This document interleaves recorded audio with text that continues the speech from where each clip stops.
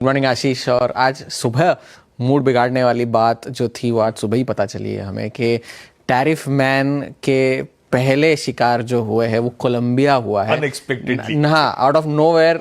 ना चीन, ना कनाडा, ना मेक्सिको, मगर कोलंबिया जो है वो शिकार हुआ है। और वो क्यों हुआ है पहले तो बता दूं कि डोनाल्ड ट्रंप ने 25% के इमरजेंसी टैरिफ्स कोलंबिया से आए हुए हर प्रोडक्ट पर लगाई है, जो अगले हफ्ते 50% की हो जाएगी।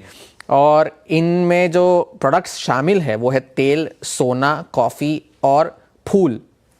फूल का बाज़ार कोलंबिया के लिए बहुत ज़रूरी है और वो यूएस में सबसे ज़्यादा जो है वो अपना निर्यात करते हैं, तेल का और फूलों का। अब हुआ ये है कि जो ये इमिग्रेशन को लेकर मामला थोड़ा सा गड़बड़ हो गया कि 2 सैन्य जहाज़ यूएस के करीब 300 साढ़े 300 इमिग्रेंट्स को कोलंबिया भेज रहे थे, मगर वहाँ के राष्ट्रपति ने उन विमानों को अपनी ज़मीन पर लैंड होने से मना कर दिया और उन्हें वापस भेज दिया। और उन्होंने ये कहा कि आप जो है सैन्य जहाज़ और जिस तरह से उन लोगों को लाया जा रहा था हथकड़ियों में, बेड़ियों में, ये गलत बात है।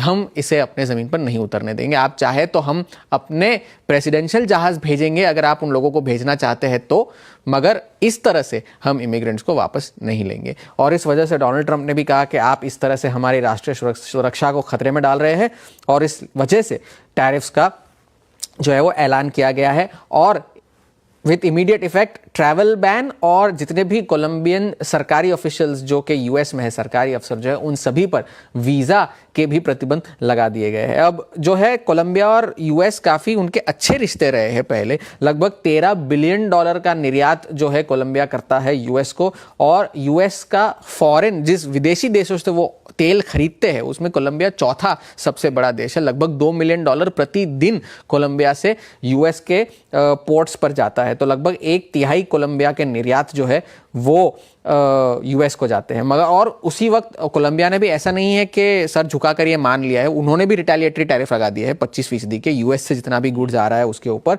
तो अब वो उन्होंने तो कहा है कि हम बातचीत करने के लिए तैयार है, हम चाहे तो विमान भेजेंगे, आप चाहे लोग भेज दीजिए, कोई फर्क नहीं पड़ता, लेकिन इस तरह से हम लोगों को वापस नहीं लेंगे।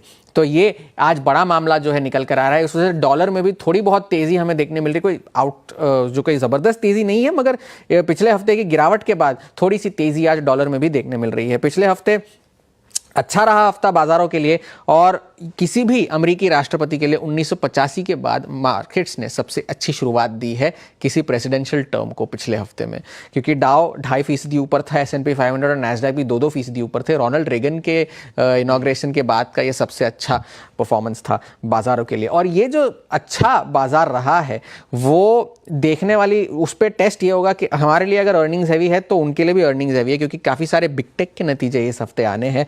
टेस्ला के नतीजे आने हैं इस हफ्ते बुधवार को, माइक्रोसॉफ्ट के नतीजे आने हैं, मेटा के नतीजे आने हैं, एप्पल के नतीजे गुरुवार को आएंगे, वीज़ा, मास्टरकार्ड, ब्लैकस्टोन, यूपीएस और काफ़ी सारे रिजल्ट्स जो है वो इस हफ्ते बाजारों में आने हैं। और तो उस पर देखा जाएगा। और काफ़ी सारा मैक्रो डेटा भी आना है, कंज्यूमर डेटा आना है, पीसीई डेटा आना है इस शुक्रवार को, जो कि फेड के डिसीजन के बाद जो वो है वो डेटा निकल कर आएगा। तो वो उस पर नज़र रखने की ज़रूरत होगी। बुधवार को जो है देर रात एफओएमसी का डिसीजन आएगा और प्रोबेबिलिटी स्टेटस को की तो है ही, मगर रेट कट की प्रोबेबिलिटी थोड़ी सी गिरती जा रही है मजबूत इकोनॉमिक डेटा के बाद। मार्च में अब वो 27% की हो गई है, मई में 40 और जून में 45% रेट कट की प्रोबेबिलिटी अब सीएमई फेड वॉच टूल दिखा रहा है। तो अब ये ध्यान में रखने की ज़रूरत होगी। डॉलर में भी नवंबर 2023 के बाद की हफ्ते दर हफ्ते सबसे बड़ी गिरावट देखने मिली, तेल में गिरावट देखने मिली। और यूरोप में काफ़ी सारे देशों में चुनाव होने हैं। बेलारूस में जो है उनके जो नेता है अलेक्जेंडर लुकाशेंको, वो फिर से चुनाव जीत गए हैं। 1994 से वो नेता है वहाँ के। तो और ज़्यादातर उनके जो विपक्ष के नेता है वो या तो चीन में है, या तो वो एग्जाइल में है, या तो जेल में है, या ये बेलारूस का है। आपके स्क्रीन्स पर फ्लैशेस चल रहे हैं। चीन के जो मैन्युफैक्चरिंग PMI है जनवरी के महीने की, वो 50 से घटकर 49 हो गई है, तो वो कॉन्ट्रैक्शन में चली गई है फिर से। तो एक बड़ा डेटा चीन से भी निकल कर आया है। अब जो टैरिफ्स लगने वाले हैं पोटेंशियली 1 फरवरी से, तो वहाँ पर क्या इम्पैक्ट होगा इसका, ये देखने वाली बात होगी। तो अब मामला थोड़ा सा बिगड़ रहा है, तो डॉलर पे नज़र बनाए रखने की ज़रूरत है, मगर हैंडओवर आज सुबह का तो बेहद कमज़ोर है। सारी उम्मीदों पे पानी फेर दिया कि हफ्ते बजट के आखिरी हफ्ते में तो कुछ रिस्पाइट होगा।